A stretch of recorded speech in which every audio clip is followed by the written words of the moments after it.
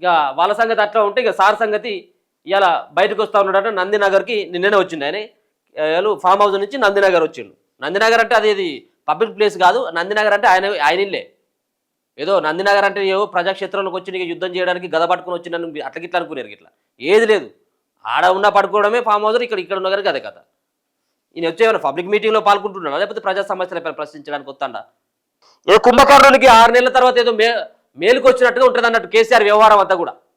6 నెలలు తిని పడుకొని మంచిగా 6 నెలల తర్వాత మళ్ళీ మేలుకు వచ్చినప్పుడు అప్పుడు కళ్ళకి ఇట్లా తూడ్చుకొని అప్పుడు బయటకు వస్తారు అన్నట్టు. సో సేమ్ కేసీఆర్ వ్యవహారం అట్టే ఉన్నది. కేసీఆర్ ఎక్కడ కనబడ్డా?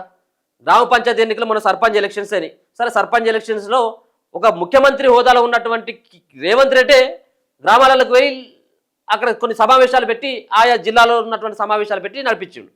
ప్రతిపక్షంలో ఉన్నప్పుడు నీకు ఇది చేత కాకపోయా. అంతకు జూబ్లీహిల్స్ ఎన్నికల టైంలో చావో రేవుగా బీఆర్ఎస్ పార్టీకి ఉన్నటువంటి టైంలోనే ఆ అభ్యర్థి ప్రచారానికి రాకపోయా. మరి ఇయ్యాల వచ్చిండు. మళ్ళీ ఇయ్యాల వస్తే మళ్ళీ ఇంకెన్నేళ్ళకి వస్తాడు, మళ్ళీ ఎన్నికల వస్తాడు కావచ్చు. ఇది వచ్చేది వీళ్ళ పార్టీ బలోపేతాని కోసం అట, ప్రజల కోసం కాదు.